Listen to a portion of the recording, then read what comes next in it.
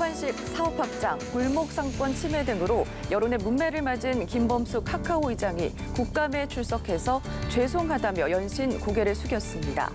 이번 국감에선 카카오를 비롯해 남양유업, 야놀자, 머지플러스 등 기업 총수들이 증인으로 출석해서 정치권의 질타를 받았는데요. 관련 내용들 살펴보겠습니다. 네, 다음 주제입니다. 오징어 게임의 글로벌 흥행으로 막대한 수익을 거두고 있는 넷플릭스가 수익을 낮춰서 세금을 회피한다는 의혹이 나왔습니다. 불공정한 수익 배분 논란부터 망 이용료를 제대로 내지 않고 있다는 지적도 받고 있는데요. 자세한 내용 경제일기에서 짚어보겠습니다.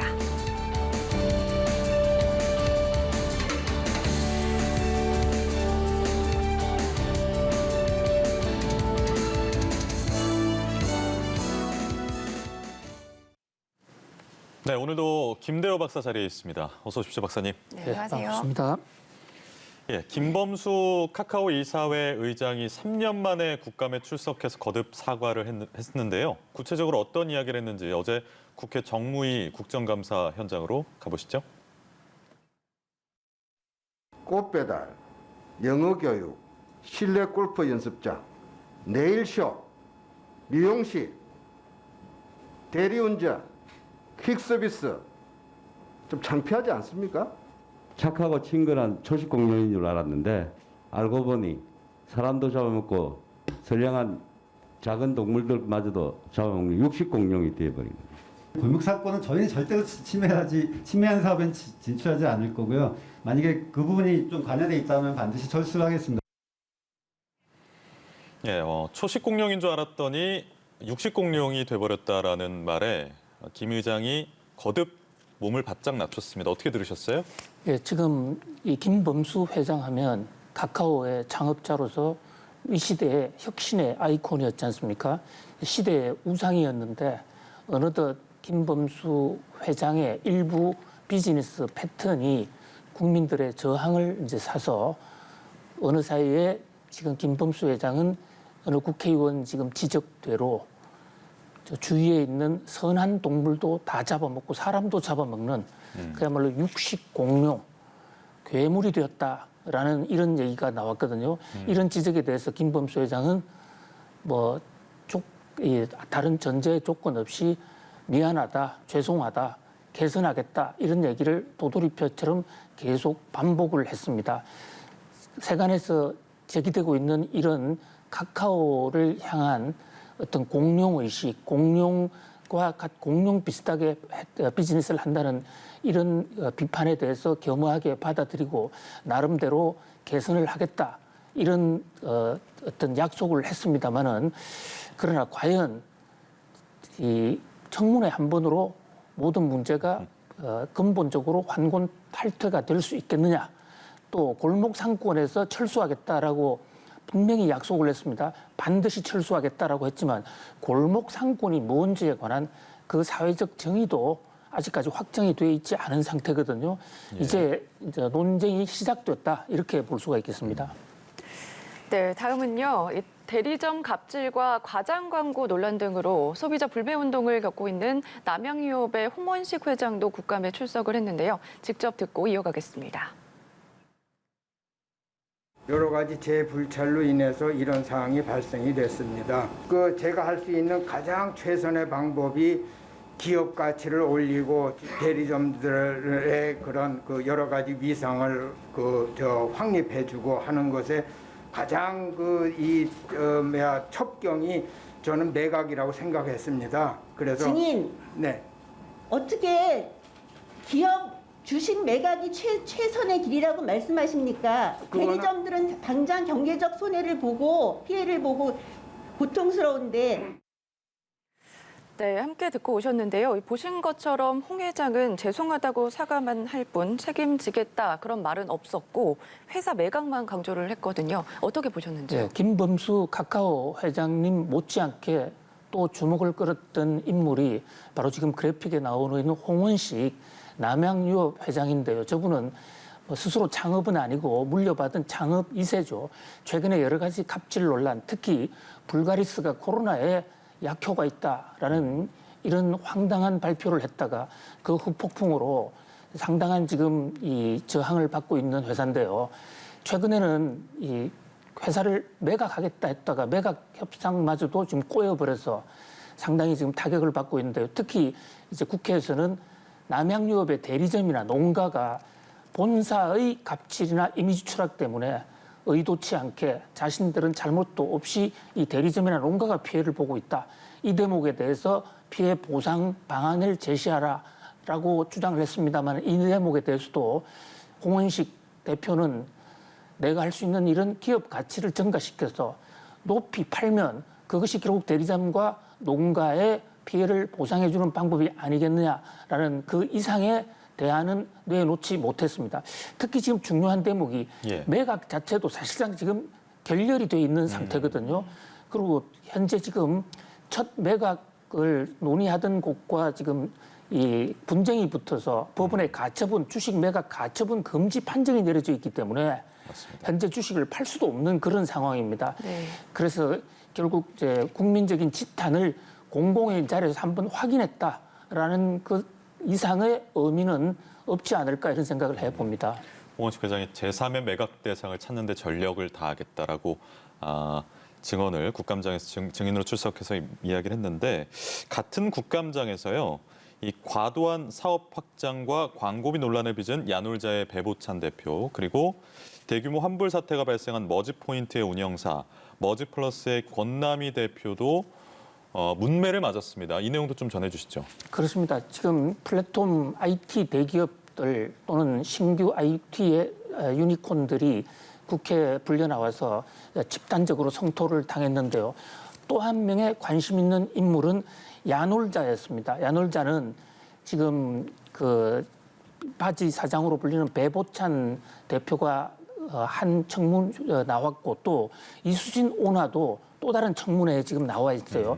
이 야놀자라는 것은 야 우리 다 같이 놀자 뭐 이런 뜻에서 나온 이 포털인데요.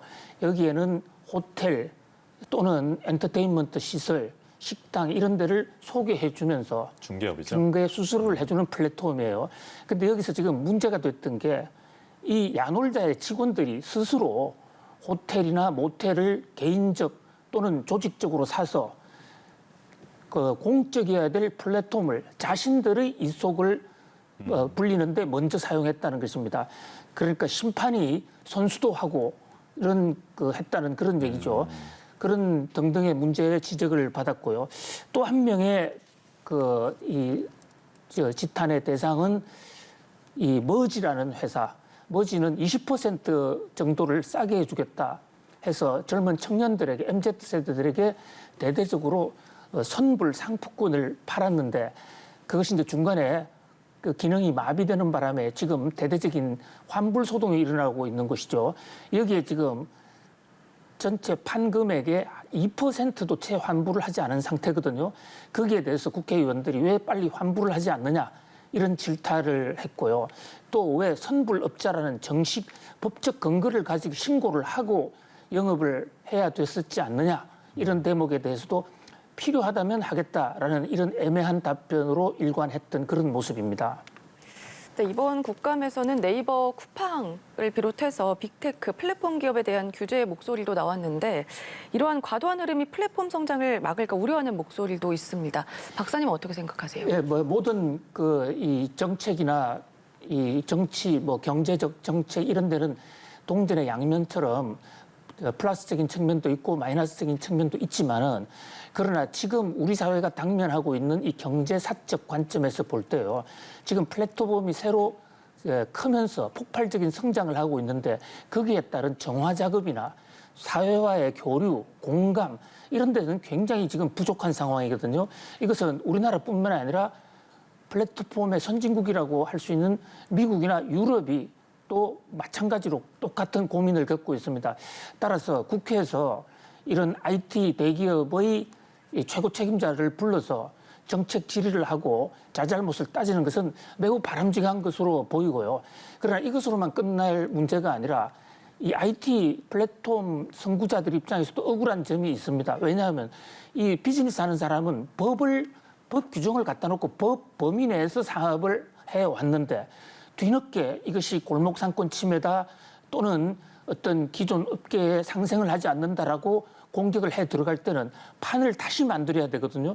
자, 그런 각도에서 볼 때 우리 사회가 국회뿐만 아니라 다 같이 노력을 해서 빨리 미래를 먼저 가본 이 플랫폼의 미래를 상정을 하고 그게 맞는 사회적 어떤 공동체 또는 거기에 맞는 규제 어떤 그 레귤레이션을 좀 미리 합리적으로 만들 필요가 있지 않느냐 이런 생각을 해봅니다. 네, 어제 많은 기업들 뭐 대표나 실무자가 나왔었는데 쿠팡에서는 안 나왔더라고요. 증인으로 뭐 채택이 됐었는데 안 나온 겁니까? 쿠팡에도요. 쿠팡에 그 오나인 김범석 대표는 아예 한국에서 사표를 내고 미국으로 가버렸고요. 예. 현재 지금 한국 쿠팡의 대표인 강한성 맞습니다. CEO는 그분은 몸이 아프다 해서 나오지 않았습니다.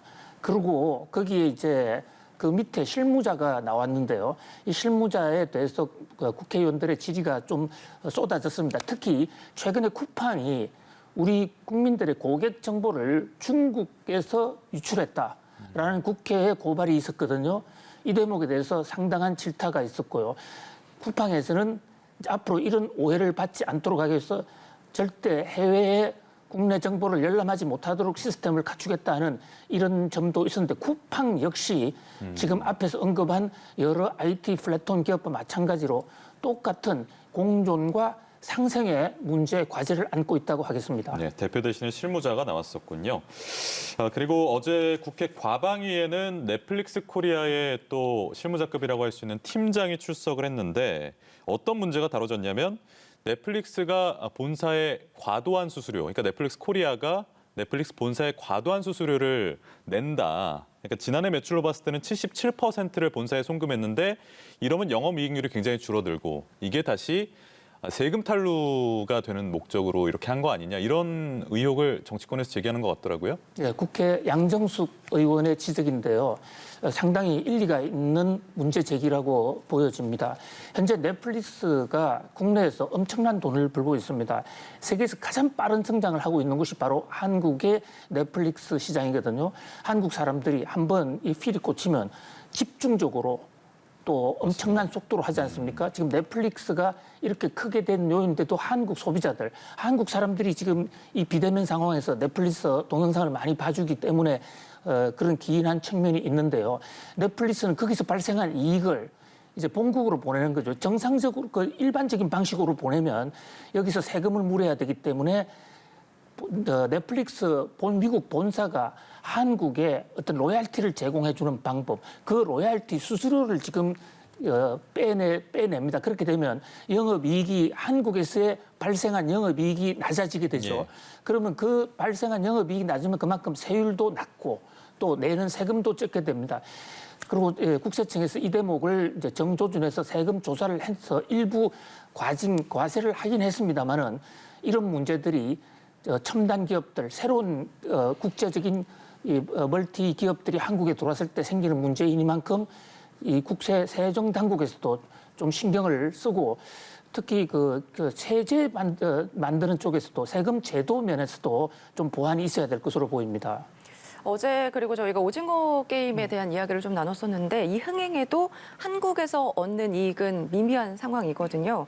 넷플릭스가 투자한 콘텐츠가 흥행을 하더라도 국내 제작사에는 추가적인 인센티브가 없고 망 이용료에 대한 논란도 계속 이어지고 있는데 어떠한 개선책이 필요할까요? 네, 사실 그렇습니다. 오징어 게임이 대박을 냈다 이래서 우리 앵커님들도 여러 번 질문을 하지 않았습니까? 우리가 관심을 갖고 주는 건 좋은데 지금 넷플릭스의 오징어 게임은 적어도 저는 이코노미스트의 한 사람으로서 경제적 관점에서 볼 때는 우리나라에는 이득이 거의 없는 오로지 넷플릭스의 일방적인 배를 불려주는 게임이었다.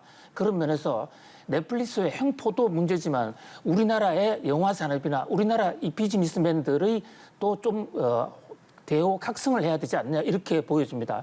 현재 지금 오징어 게임이 전 세계에서 선풍을 일으키는데 추가로 선풍을 일으켰을 경우에 그 돈이 한국으로 들어오는 것은 단 한 푼도 없습니다. 현재 지금 어떤 식으로 넷플릭스가 오징어 게임과 약속을 했냐면요. 저작권 자체를 아예 사는 방식으로 본인들이 제작비를 댑니다. 그리고 제작비의 20%만을 수익으로 주고 모든 저작권은 넷플릭스가 갖습니다. 이제 이렇게 되게 된 데는 우리나라에 이런 어떤 그 컨텐츠의 플랫폼이 없다 보니까 넷플릭스가 독점할 수 있는 것이고 또 이렇게 플랫폼 영화로 넘어가는 시점에서 우리나라 영화 관계자들이 너무 쉽게 이런 OTT 같은 넷플릭스의 저작권을 팔아버린 게 아닌가. 그래서 우리나라가 오징어 게임이라는 영화를 만들어서 세계에서 히트를 쳤다. 여기에 안주할 것이 아니라 어떻게 하면 우리도 영화도 살리고 경제적으로 돈도 벌 수 있느냐라는 그런 어떤 OTT 시대의 새로운 수익 창출에 대해서도 같이 심각하게 고민해봐야 될 상황으로 보입니다. 네, 고민을 좀 해봐야 되는 상황인 것 같습니다. 김대호 박사와 이야기 나눴습니다. 고맙습니다, 박사님. 고맙습니다. 고맙습니다.